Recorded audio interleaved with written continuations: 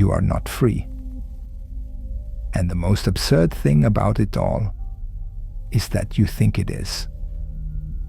You believe you choose what you consume, who decides when to enter, when to leave, that he is just using his free time. But there has never been a generation so distracted, so anxious, and at the same time, so easy to manipulate. There has never been so much entertainment available, and there has never been so little attention. Modern control does not come with orders. It comes with stimuli, with quick rewards, with small doses of pleasure that keep you too busy to question. You are not being repressed. You are being entertained, while the real world happens outside your field of vision. And this is not new. It's happened before. Entire empires used the same mechanism to maintain calm, docile, and predictable populations. The difference is that, at that time, control was in the arenas. Today, it fits in your pocket. And what controls you is not a distant government, is not an abstract ideology. It's not an invisible conspiracy. This is what you hold in your hand every day, your cell phone. In ancient Rome, control was not just done with soldiers or laws. He did it with food and spectacle. The state distributed grains free of charge. It ensured that no one went hungry enough to revolt.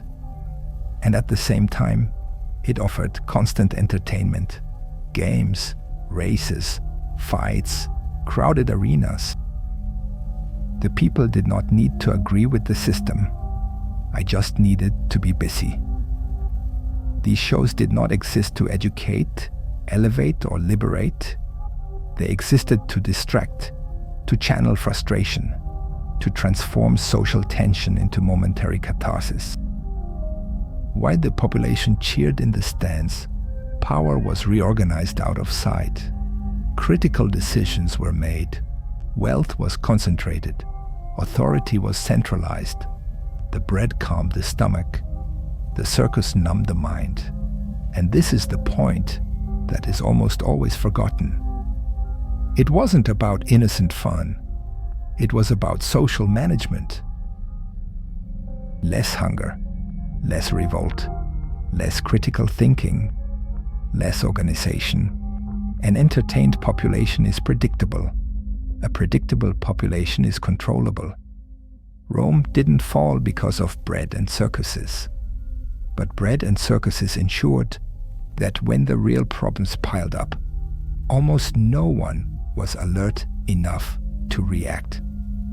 The mechanism worked. And this mechanism didn't die with Rome. He just changed shape. What keeps this system running today isn't force, it's chemistry. Dopamine isn't the pleasure hormone. It is the hormone of anticipation. From the search. From the just one more impulse. It's what makes you pick up your cell phone without realizing it. It is what makes the finger slide even before the conscious decision. It's what keeps you hooked on the promise of the next stimulus. Games, bets, social media, pornography, short videos, infinite scroll, notifications. None of this was created by chance.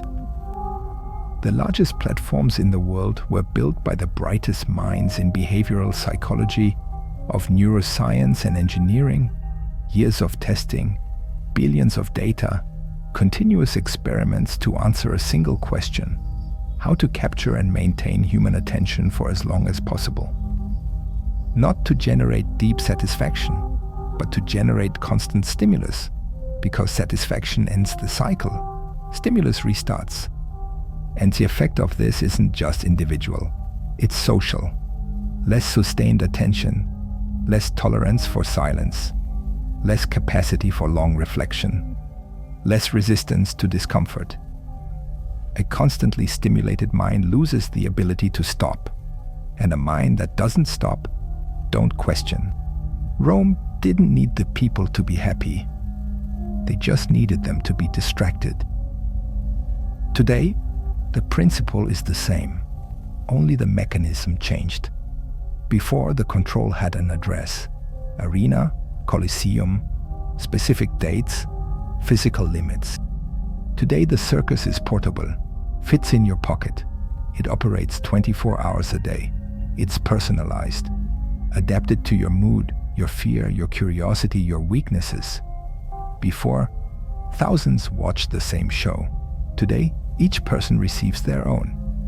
An infinite feed, short videos, likes, variable rewards, algorithms that learn about you faster of what you learn about yourself. The emperor needed to pay for the show. Today, people carry the show in their pockets and still defend their right to be entertained. The modern circus doesn't require coercion, requires voluntary adherence. You don't have to look. You want to look. You miss it when you don't look. Meanwhile, structural decisions continue to be made. Power continues to concentrate. Dependencies continue to deepen. But most are too busy to notice, because the greatest triumph of modern control, it wasn't creating obedience. It was creating enough distraction to make resistance unnecessary. When entertainment becomes constant, critical thinking becomes rare. The pattern hasn't changed. It just got more sophisticated. Constant stimulus, mental fatigue, continuous distraction, collective exhaustion. A tired population doesn't revolt. A distracted population doesn't even notice. There is no need for repression when no one has the energy to unite. There is no need for censorship when the noise is constant. There is no need to explain decisions when there is a lack of focus to see them through to the end. The side effect of this isn't abstract. It is lived daily. Chronic anxiety, constant feeling of urgency, difficulty concentrating, inability to remain silent without discomfort, depression that doesn't come from sadness, but from the void, the feeling of always being busy and never satisfied. This isn't individual failure. It's not weakness. It's not a lack of willpower. It's design. A system that depends on human attention to function need to fragment this attention. You need to make it scarce, volatile, difficult to sustain. The less focus, the less reflection.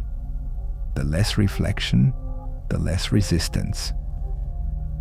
And whenever a system needs constant distraction to remain stable, this reveals something important. Not about you, but about the system itself. Solid structures don't need to anesthetize. You don't need to entertain all the time. They don't need to fight for every second of your attention. Permanent distraction isn't a sign of health. It is a sign of structural fragility. Whenever the entertainment becomes continuous, it is because something important can't be observed clearly. And that's when the archivist looks up and asks the question that spans centuries. What is being hidden while everyone is too busy to notice? Because the alert was never about the cell phone, just like it was never about bread or about the circus. The warning was always about the pattern. If you notice this pattern, stop for a second. Not to run away, but to recognize. Like this video and subscribe to the channel. Here we aren't talking about individual addiction. We don't talk about personal guilt. We don't talk about willpower. Here we analyze historical patterns, the same mechanisms, the same structures, the same repetitions that span centuries. Why understand the pattern? It's the only way to not be swallowed by it. And before closing, make this clear. The problem was never the cell phone. The problem is when it replaces silence, when it eliminates boredom, when it occupies the space where reflection should take place, when it prevents the discomfort necessary to think, when it fragments attention to the point of making critical thinking rare. The problem isn't the tool. That's when it becomes permanent. Because societies don't collapse when they're bored. They collapse when they're too distracted to notice. They called it entertainment. History called it bread and circuses. The circus never ended. He only learned how to issue notifications. And whoever recognizes this pattern too soon, it is almost always treated the same way, until it stops being.